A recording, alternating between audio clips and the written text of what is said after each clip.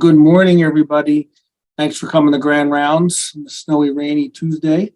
I'm very excited today to have our very own medical students to discuss EHOP with us. And with that, I will turn it over to Dr. Jordan to introduce them. Good morning, everyone, and welcome to Grand Rounds. Today's Grand Rounds is a little bit special. As Dr. Thomas mentioned, we have our med students presenting on EHOP. The East Harlem Health Outreach Partnership, or EHOP, is the Icahn School of Medicine's student-run, physician-supervised free clinic. Founded in 2004, EHOP provides longitudinal primary care, as well as services in mental health, women's health, ophthalmology, cardiology, and podiatry to East Harlem's uninsured adults. Please join me in welcoming EHOP co-chairs Colby Parsons and Emily Spiera, and EHOP's physician recruitment chair, Claire Morley. Thank you so much for the introduction. I'm Colby. I'm one of the co-chairs. I'm Emily. I'm the other co-chair. And I'm Claire. I'm the physician recruitment chair. Thank you for the invite to speak this morning. We're just very excited to share more about the work we do at EHOP, as well as some of the research that we've done in recent years that demonstrates the efficacy of our clinic's model. We have nothing to disclose. And today's objectives are to recognize the challenges to the care for the uninsured, identify mechanisms to support patients with limited resources, describe student initiatives to facilitate care to local underserved communities, and lastly, to explore strategies of cost containment within a free clinic model. So we wanted to start this conversation with a brief introduction to what our clinic is, how it operates, and who our patients are. So what is the East Harlem Health Outreach Partnership, or EHOP as we more commonly refer to it?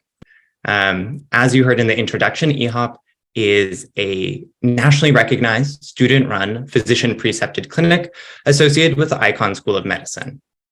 The clinic was founded in 2004, and in the past 2 decades has grown to serve over 300 adult patients in the East Harlem community. All of our patients are residents of East Harlem, and they are all uninsured. And specifically, they're non-eligible for insurance programs like Medicaid, often due to their immigration and documentation status. And then all of our patients are adults aged 21 years or older. Importantly, all the services we offer and medications are provided to our patients free of charge. And then lastly, we're quite proud. We've received a gold rating from the National Association of Free and Charitable Clinics, which offers a standards program. Before we dive into the rest of this presentation, we wanted to take a second to ground this conversation in EHOP's mission. And I think these themes will continue to reemerge throughout the entirety of this presentation because they really do guide the way in which we operate, as well as the research that we conduct. We have a full mission statement available on our website if you'd like to take a look, but I've pulled out 3 kind of core pillars here. The first being health equity, the second being community partnerships, and the third being medical education. In this first category of health equity, we really aim to provide high quality and accessible care to all of our patients, regardless of their identities, their ability to pay, or their insurance status. And we see ourselves as partners with our patients, working with them through shared goal setting to support them holistically, their physical, their mental, and social well-being. In the second category of community partnerships, we recognize that we can't do this work alone and that we don't operate in a vacuum. So EHOP really attempts to serve as a bridge to resources in the community and to partner with those community-based organizations to amplify their impact. And then in this last category of medical education, we are obviously a student-run clinic. So inherent in our mission is a focus on expanding our students' clinical knowledge and training. I will say, I do think our educational mission goes beyond just clinical training because so much of EHOP's success is grounded in the way in which it engenders a sense of commitment to service and to anti-racism, as well as lifelong learning and leadership in medicine. So who are our patients? As I said, we serve over 300 adult residents of East Harlem, all whom are ineligible for health insurance. The mean age of our patients is 49 years old, and 56% identify as women.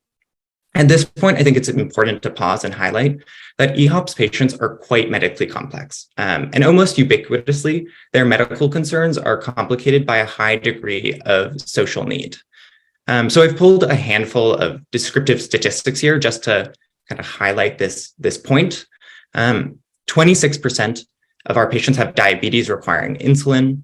86%, the vast majority, are Spanish-speaking only. 75% have limited literacy. 38% have documented food insecurity.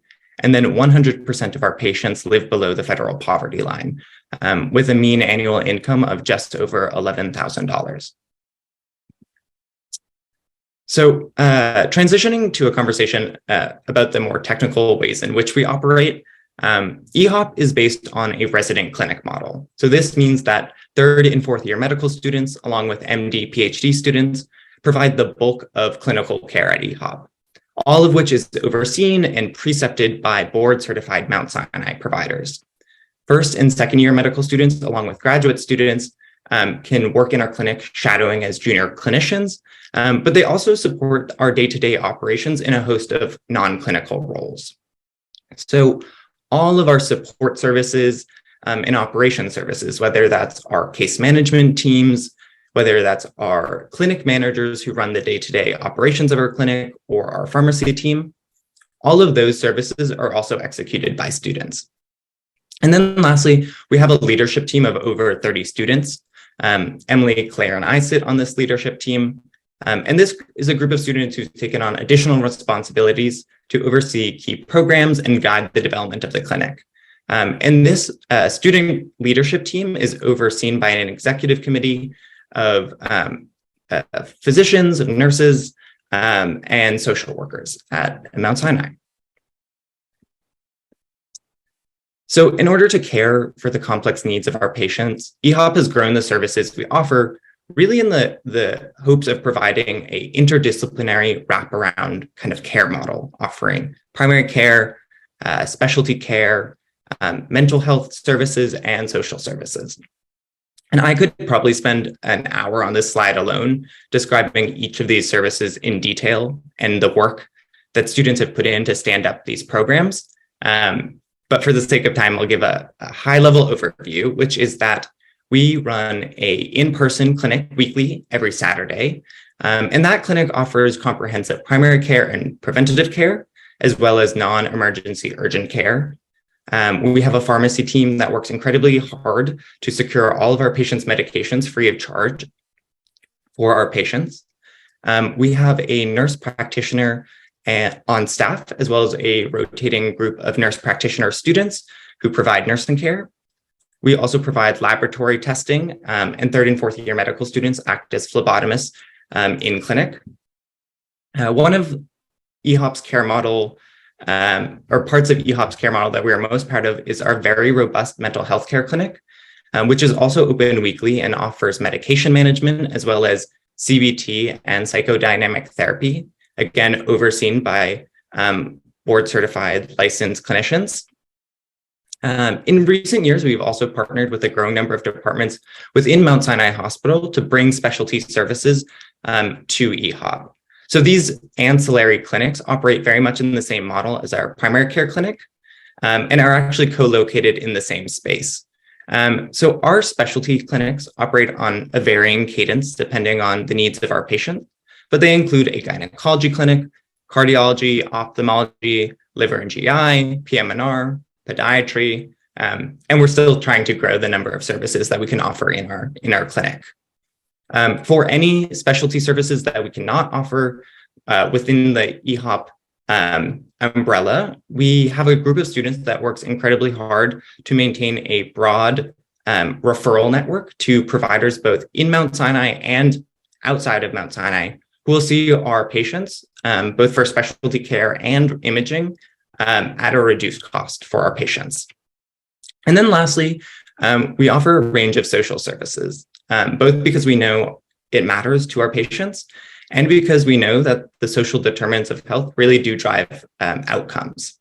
So we have a team of 5 professional social workers who partner very closely with our student case manager team. We offer benefit screening, nutritional counseling, and we have a team dedicated to health education and patient advocacy. And we even run an ambassador program. So when patients have to leave EHOP and receive care outside at one of our partners, we can send a student with them to help advocate for them and translate if necessary. And then lastly, we have a very generous patient assistance fund that directly funnels financial resources to our patients to help them meet their needs. So a little bit more about this financial assistance program that we offer. In the past year, EHOP has provided over $22,000 in patient assistance. And as you can see from the little donut chart below, this financial assistance program really does cover a range of needs, from durable medical equipment to patient transportation, food and rental assistance, really the whole range of needs in the aims of meeting our patients where they are and driving improved health outcomes. And I want to point out this is an entirely separate fund from the nearly $50,000 that we use to cover the entirety of our patients' pharmacy costs. Now, taking a moment to touch on the community partnerships that I described as part of our mission, we are a proud member of the East Harlem Community Health Commission, which is a group of community-based organizations, clinics, and community members who meet monthly and work on the shared mission of improving the health of the East Harlem community. We also work to maintain strong partnerships with other East Harlem free clinics like Berecan and Settlement Health, as well as community-based organizations like the New York Common Pantry. And we're very proud that we provide referral services to our partner clinics for non-EHOP eligible individuals. So it's not uncommon for a patient to be referred to us or someone to approach us who is not eligible or does not meet our eligibility criteria. And in those cases, we'll work with that individual to connect them with our partner clinic and make a warm handoff. And then lastly, I wanted to point out that historically EHOP students have been quite involved in political advocacy, both at a city and state level. Now transitioning to the rest of this talk, which is more research and quality improvement focused, I included this slide just to highlight the fact that we do a lot of research at EHOP. In the past 2 years alone, EHOP students have authored 9 manuscripts and presented at 12 conferences. And this doesn't necessarily even include the dozens of other smaller quality improvement projects that are run across all EHOP teams. I also wanted to take a second to point out the function of our EHOP consulting group. EHOP is one of the largest and longest running student-run free clinics in the country.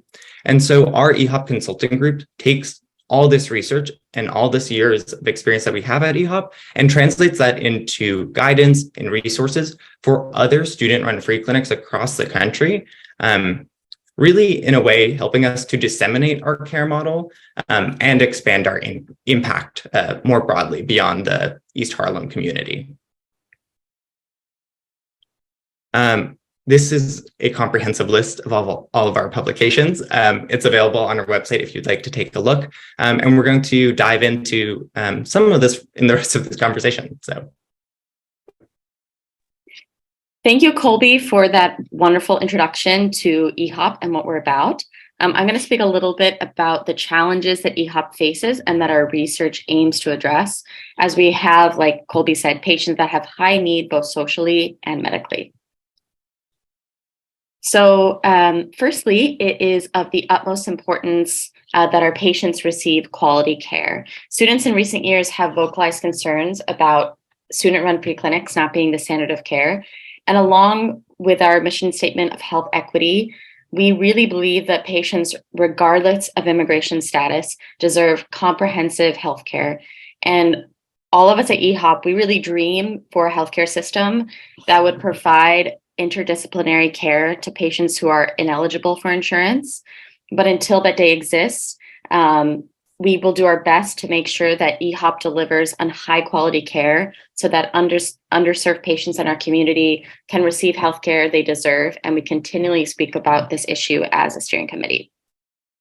Secondly, of course, our clinic has the challenge of less specialty services provided in-house, although we have tried to remedy this with the addition of multiple ancillary clinics, as Colby mentioned. And lastly, the traditional barriers to quality care, such as language barriers, as the vast majority of our clinic is Spanish-speaking only. We do have an in-person interpreting service at EHOP so that patients can be understood, but we continually work to make sure our patients are being heard and that their concerns are being addressed. Another challenge is our medication costs. Because these patients are not eligible for insurance and they are medically complex, even for what we would consider common medications like for diabetes, these can become very expensive very quickly. This is especially true for medications that are not generic. So the clinic does cover 100% of the medication costs for our patients, and therefore we have implemented multiple strategies to make sure that we are able to saddle this cost for our patients. Another challenge is, as Colby mentioned, the social determinants of health. It is a challenge that our clinic faces because a great number of our patients are chronically food and or housing insecure. We screen our patients to understand their social needs and believe that just as it is important that we get them whatever diabetes medication that they need, it is just as important that they have access to healthy food and safe housing. So we work very closely with our social work teams to make sure that all of that social aspects of their health is being treated and cared for. And then while all of our services are free for our patients, that comes with a budget, and it is a tight one.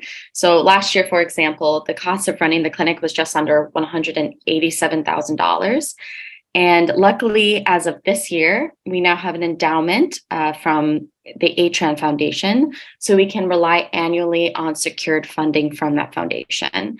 We also receive donations from the DCAMP Foundation, the Mount Sinai Auxiliary Board, and our student council. However, every single year, as you can see here, there's still multiple tens of thousands of dollars that the clinic needs to make up. And we really depend on donations for people that are devoted to the work that we do to make up the difference. And then lastly, this is a challenge that I am intimately familiar with as I am the physician recruitment chair. We can't see patients if we don't have clinicians. So every weekend we have at least 2 board certified physicians, at least one is in person. Sometimes we have those that are telehealth. Certain times of the year it can be difficult for us to recruit clinicians, of course, over holidays and summer months. And there is always a much greater demand for our clinic appointments than there are supply of clinicians. So we'll speak more about this later after the research section, but any of you are welcome to come help out at EHOP. So a little bit about the various QI research projects EHOP conducts to investigate and find solutions to these challenges that the clinic faces.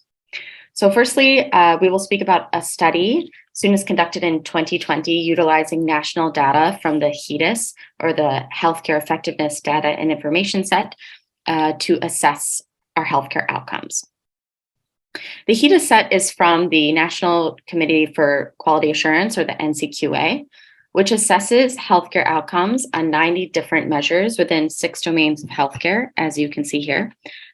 This is commonly used by healthcare plans across the country to demonstrate their healthcare effectiveness. In the study, our objectives were that we wanted to create a database of our patient demographics and clinical outcomes of EHOP's patient population, and then compare these outcomes to the national HEDIS metrics for the 2020 calendar year. So our methods, we included all patients at EHOP who had 1 or more visit during the 2020 calendar year. We then used the EPIC slicer dicer tool and manually charted to collect EHOP data. And then we compared this data with the publicly available HEDIS data on the NCQA website. So here are our results. First, the ICD-10 diagnoses of our patients. This is a good snapshot to kind of see the demographic of our patients in terms of their medical conditions. So close to 27% of our patients have diabetes, which is much greater than the national average of 10%. Close to 30% of them have hyperlipidemia, which is also much greater than the national average. Close to 25% have other pulmonary disease, which the HEDIS includes as COPD, asthma, etc. But less of them do have dyspepsia.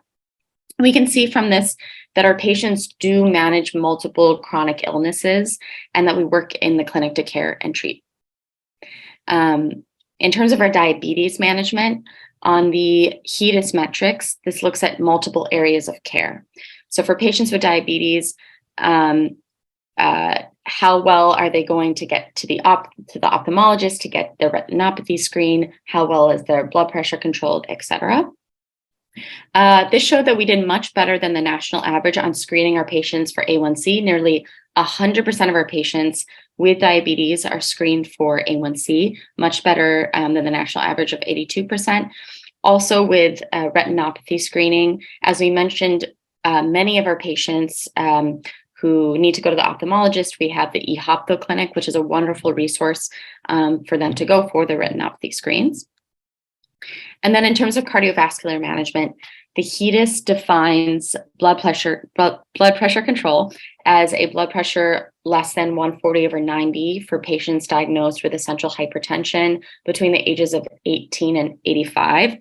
So from our patients that fit those criteria, we see that while we did better than the national average in making sure our patients were on statins when clinically indicated, as well as ACE inhibitors, we can improve in controlling their overall blood pressure.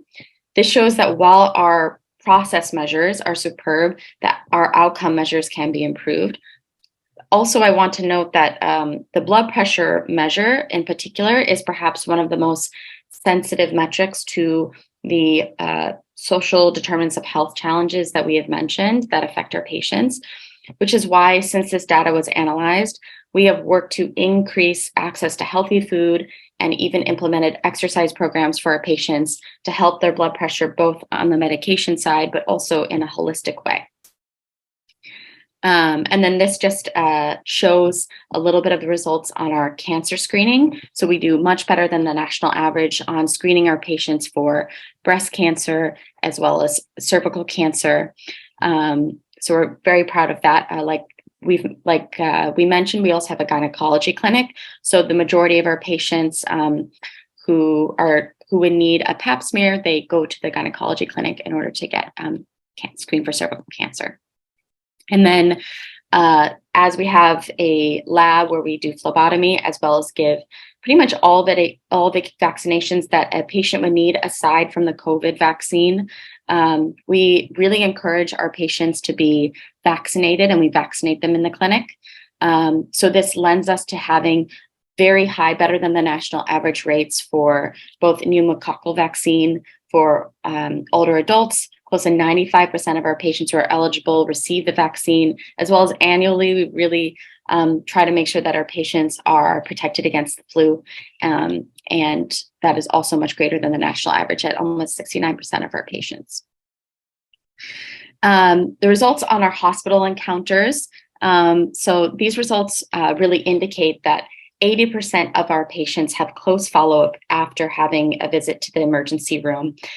So any patient that is having an urgent or emergent problem, they know the clinic number, and we follow the voicemail and the clinic phone throughout the week. So even when the clinic isn't open on Saturdays, we make sure to answer those calls, and we can field them and triage whether they need to go to the emergency room or not.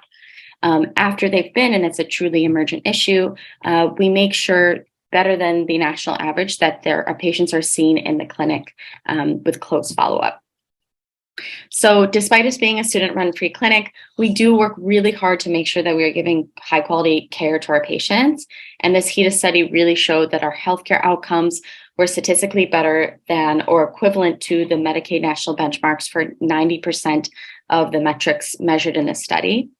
However, it also showed us areas for improvement in the areas of BMI screening and hypertension control.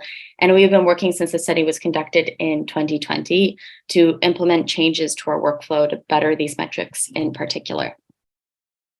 Another study that we've conducted, as such a large portion of our patients have diabetes, students at the clinic really wanted to study how well do we do at managing and treating their diabetes. So this is a study that was published in 2017, and it was a study asking, well, how well does a student-run preclinic care for diabetic patients? It was a retrospective study where we were evaluating patients between 2009 and 2012. In order for patients to be eligible, they had to have at least 2 A1Cs within that time, and their A1Cs had to be greater than 7 at baseline. We assessed the changes in A1C for the 44 patients that were eligible according to the study criteria at 6 months of treatment, 1 year, and 2 years. And these are results. So we found that the majority of patients were able to achieve their target A1C within those 2 years. And we found that the greatest reductions were within the first 6 months of receiving treatment. And then those reductions persisted throughout the 2 years. So this showed that our initial medical management had the greatest change at quickly reducing their A1C levels. In the trend graph on the right, we can see that our patients whose baseline A1Cs started greater than 10% at baseline, they actually had a greater reduction in their A1C during the study period. And it was wonderful for us to see that for our patients with very worrying A1Cs at baseline, we were able to successfully reduce them.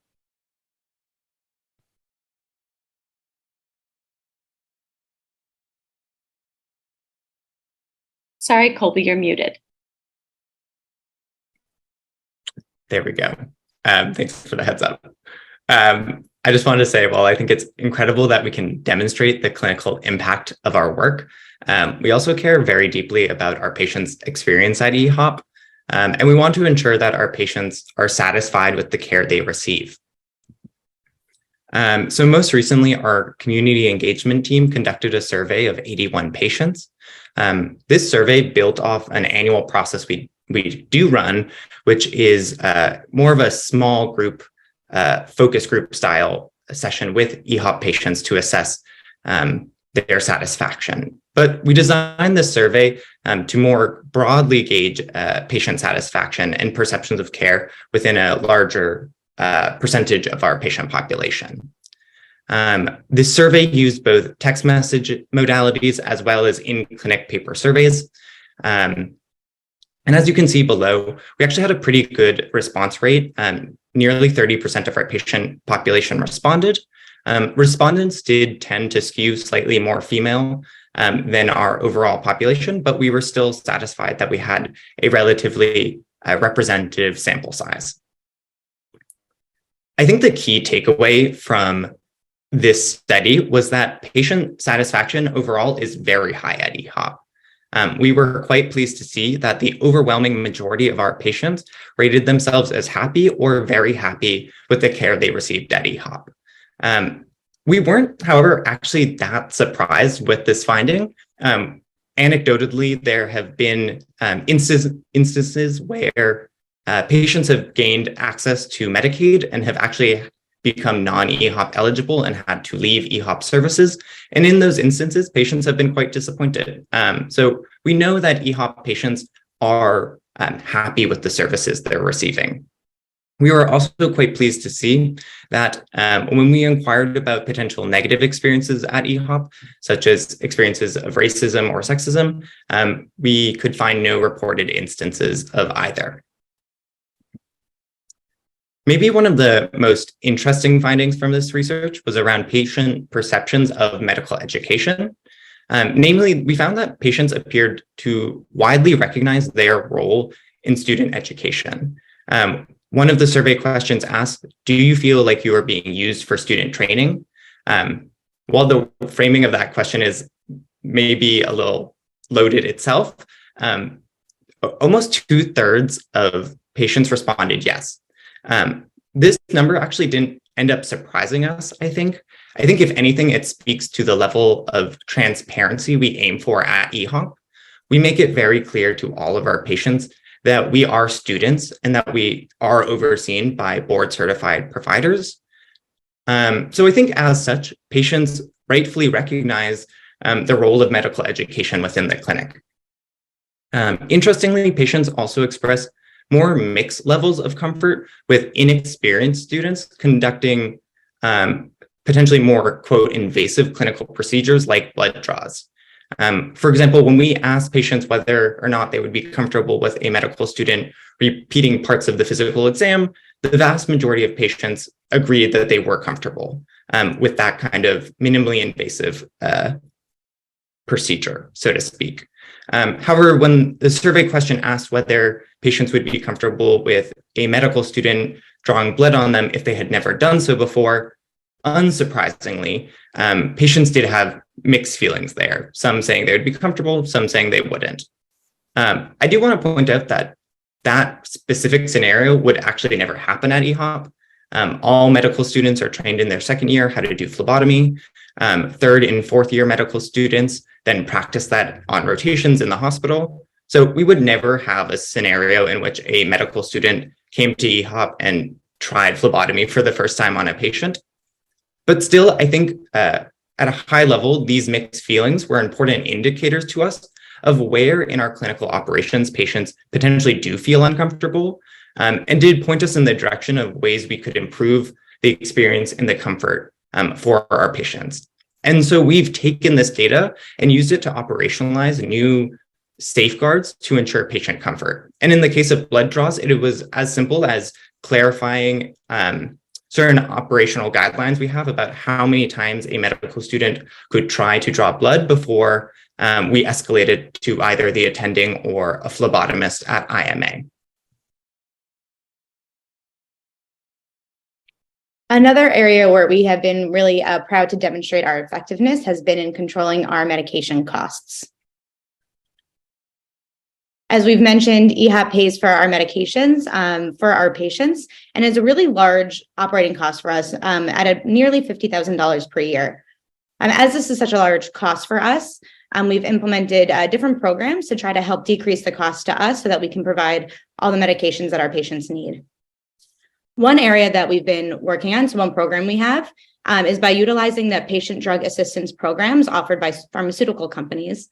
These PDAP programs exist at pharmaceutical companies, and patients can apply for them if they are unable to afford their medications, and patients can demonstrate their need. However, we've found that our patients, for patients, this is a very long and complicated process. And so what we've done at EHOP is we actually have a student group who is fully dedicated to assisting our patients in navigating these complex processes and also following up, because it can take a fairly long amount of time for these to get approved. And in addition to that, these expire every year and patients need to reapply. And many of our patients do need the medications that are only available through these programs. So that's one area that we've been working on to improve to decrease costs. Another program that we've implemented starting in 2019 to decrease costs has actually been working in conjunction with the Mount Sinai Pharmacy to develop partnerships with the Dispensary of Hope. The Dispensary of Hope is an organization that you pay them a one-time fee, and then they every year, and then they donate medications. In this case, to the Mount Sinai Hospital. They have a formulary, and we're able to get those medications actually for free. So EHOP has been very fortunate that Mount Sinai is actually footing this cost for us, and that our patients are then able to receive medications from the pharmacy free of cost to us and to our patients.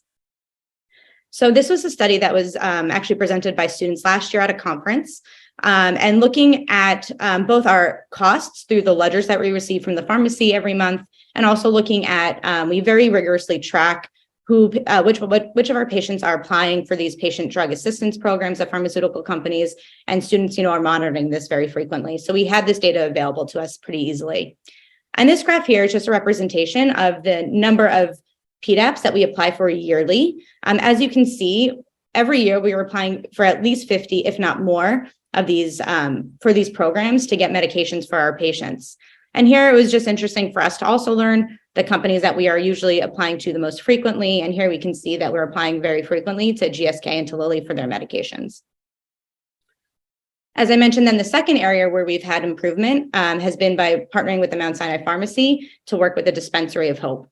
So as I mentioned, that was a $10,000 cost that actually Mount Sinai is paying, and then we were able to get medications free of cost.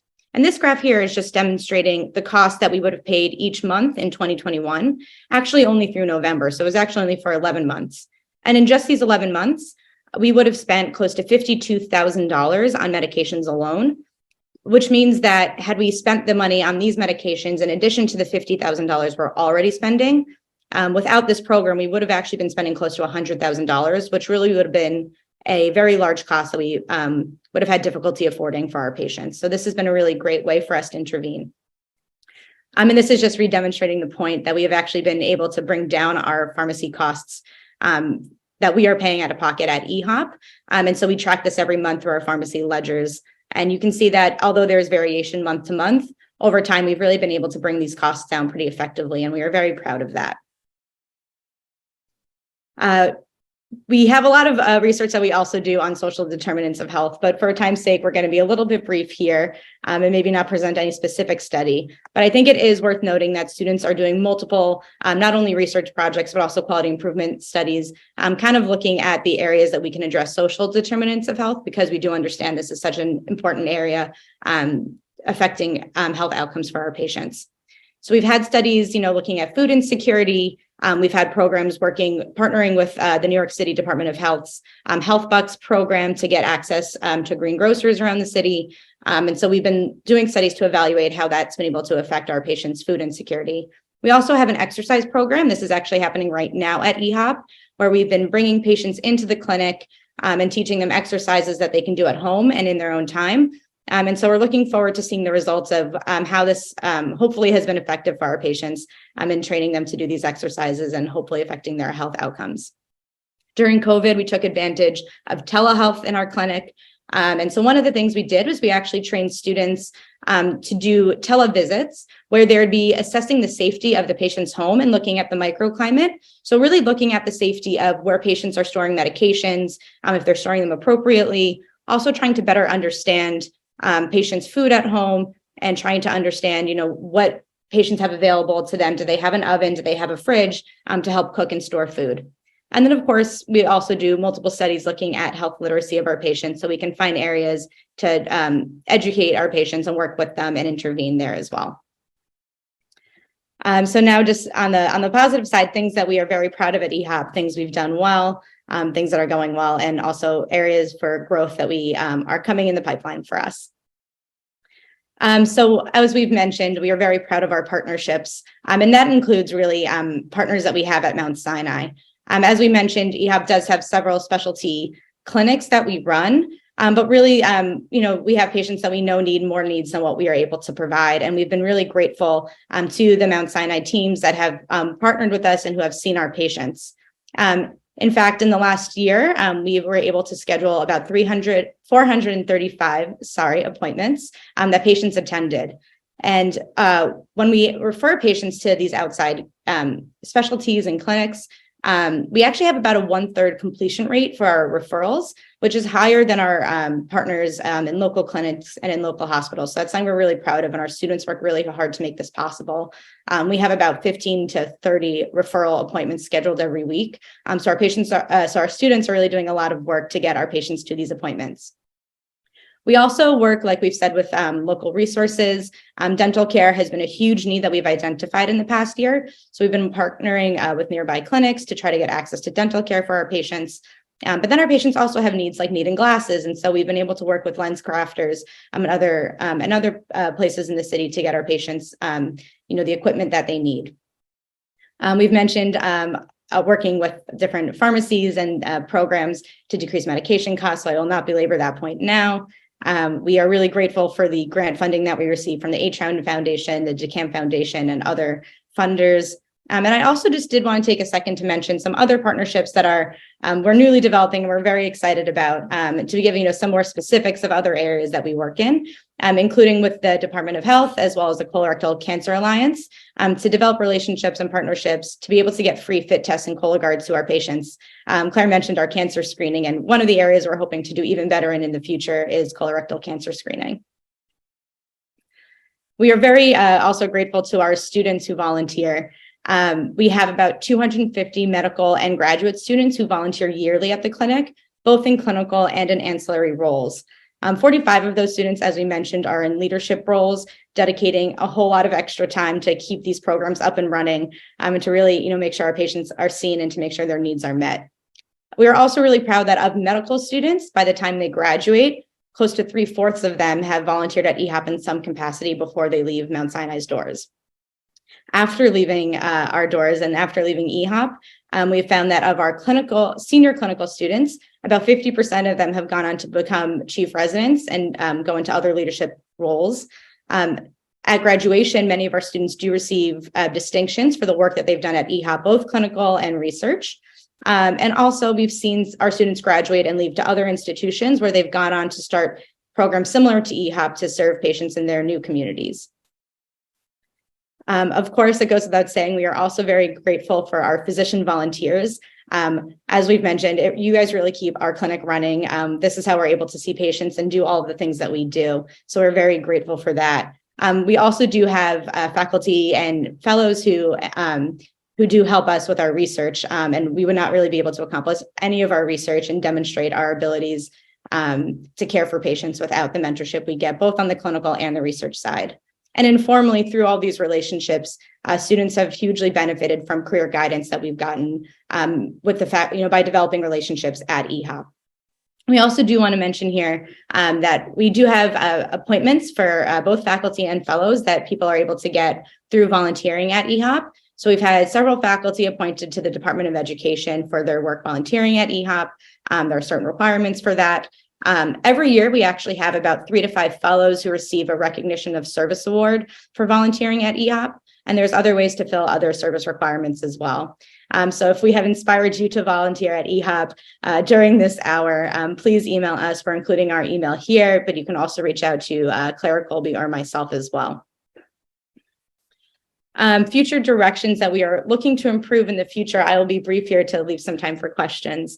But, as I mentioned, we've recognized a huge gap in our patients' ability to access dental care. So we've been working really hard to close that gap for our patients. We are looking to still reduce our medications costs as they are still high, but we are also looking to bring, especially for psychiatric medications, to our mental health clinic appointments, as we believe this will increase our adherence. We're looking to find easier ways to track some of our quality improvement metrics by using EPIC reports. A goal of ours has always been to expand our hours at EHOP, although that has proven to be difficult for us in the past, but we are always looking for ways to make sure we can provide extended hours.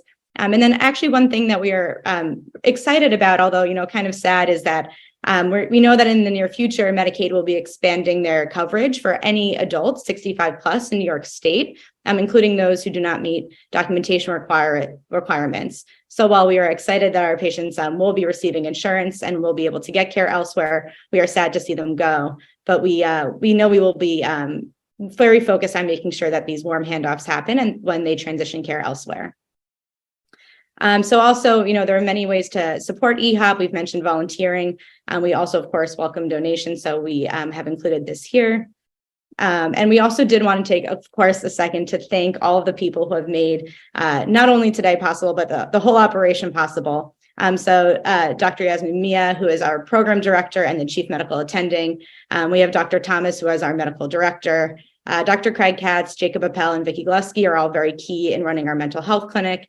David Scovern oversees all of our nursing needs, and Ann Rausch has been really important in making us able to access social work care for our patients as well. We're also, of course, thankful to the EHOP Advisory Board and to our donors at the H. Round Foundation and the Mount Sinai Auxiliary Board, as well as the DeCamp Foundation. I've said this already, but I do not want to minimize how much we are grateful to our physician volunteers and also to our students and the amazing leadership that we have from them. So now that we have wrapped that all up, we are happy to take any questions that you all might have for us. Thank you, Emily, Claire, and Colby. That was absolutely fantastic. I received multiple texts during the presentation of how excellently you three were doing. So, and we do have, and I invite people to put any questions or comments in the chat. There is one there now, a comment and a question, which I'll read. So this was a brilliant presentation, and I thank you. One of the take-home messages should be that medication costs affect every person in the country, regardless of insurance. You will eventually be surprised to see this in federally funded programs, especially Medicare. You might eventually try to look into this as you go about your careers. Thank you. Okay. I don't know if anyone wants to comment, but that was very nice. Another a great presentation comment there. Terrific. I think you're getting a lot of congratulations. Congratulations on the amazing work that you have done. Francine, do me a favor. Can you allow Yasmin Mia to unmute, please? Just in case Yas wants to say something. Andy Dunn, inspiring work and amazing presentation. Have you been able to look at cost savings or offsets from reducing ED visits and hospitalizations? Yeah, I can comment on that. Actually, I can comment on both. So the issue about learning about cost saving measures with respect to pharmaceuticals and how Medicare beneficiaries actually suffer a great deal in terms of medication costs. That's actually a mission of our clinic, is to actually teach students cost savings that stretch not just within the confines of EHOP, but beyond. What I will say is a lot of our physicians and a lot of our students who graduate from EHOP eventually become much more cost conscious. I certainly have changed a lot of my practices as a result of being so involved in EHOP. But one of the things I do know in speaking with I know there are some people on this call, or I should say the Zoom, for instance, Dr. Kerr is very aware that cost for certain medications, no matter what the benefit is quite exorbitant. And so that is a lasting lesson that we have we sort of hit home over and over again in a lot of our didactics with medical students, that it really isn't just for the uninsured that this is an issue. And then with respect to Andy Dunn's question, so yes, several years ago, actually, I don't know if anybody remembers, Dr. Radia Hawk did a fairly extensive study on emergency room, on cost savings. Actually, it was really hard to quantify. We haven't, this was like about 10 years ago. Radia is actually now fairly high up at NYU and doing similar studies, which is interesting on cost savings. Actually, and the cost savings that she looked at was actually not so much at ensuring that patients don't go to the emergency room, but what happens, sort of ensuring that patients don't go back to the emergency room after they've been seen, or after they've been admitted to the emergency room. So how can we sort of minimize readmissions? That study is something that actually we have to sort of take on again. And it's certainly something that we're interested in. Anecdotally, we know that we abet repeated hospital admissions, but I would say that there's always those frequent flyers that you really can't sort of mitigate.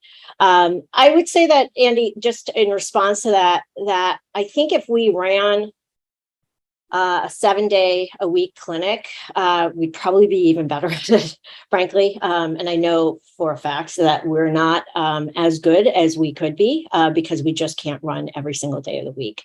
I think a better option, since we can't, would actually be to partner either with additional Mount Sinai clinics or with local clinics to actually see our patients during the week to mitigate that. But that is something that is certainly something that's on our radar. It hasn't been actually studied yet. I would also just add to that, and I think we mentioned this briefly, but although we cannot see our patients in person during the week, we do field calls from them during the week. And if a patient calls and is questioning whether or not they need to go to the emergency room, students and working closely with faculty will help patients navigate whether or not this is a really emergent need that they need to go to the emergency room, or to see if we can just fit them in as sort of an overbook during the week in clinic. And so that way we are able to hopefully avoid some unnecessary visits to the emergency room. But again, I would agree that it's really hard for us to quantify how often that is happening. Yeah, and one of the things, just to piggyback on that, is that I do home visits for, and I bring students with me for patients who are in this clinic. So obviously I'm with the visiting doctors program, but I will see additional patients with students at the EHOP clinic in their homes when it's possible. And that's another way to mitigate emergency room visits.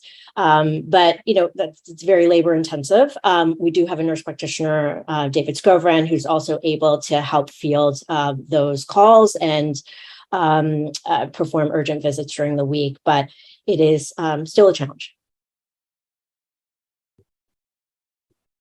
For those of you who are looking at, Claire put in the physician recruitment.ehop Gmail, if you would like to read that. Dr. Barbara Paris put in a comment as an attending volunteer. This is tremendously gratifying, very appreciative patients and enthusiastic learners. And then Claire, thanks for thanking Dr. Paris. Thank you, Barbara. Dr. Jasti, outstanding presentation, impressive work, especially since med students have so many competing educational requirements, which is true. Kudos, I'm inspired every day. Thank you, Marish. Dr. Parkes is saying thank you for an amazing job. You're getting a lot of congratulations now, which is duly deserved for the three of you for presenting at Department of Medicine Grand Rounds. Just phenomenal work. And it's great to see it all together. Yaz and I still remember the first day we opened the doors and walked in there and just said, bring the patients in, right, Yaz? So, Beth, if you can't serve, they consider doing. Thank you, Beth, for that. What an amazing program. Thanks, Dr. Raucher. Thank you very much. Well, I think we're coming to the end, and really Colby, Claire, and Emily presentation was outstanding today. It really was just terrific what the three of you have done, and all of the members of the student leadership team. So really want to thank you very much for today. So thank you everybody for attending the presentation, and have a great day. See you all. Have a good day, everybody.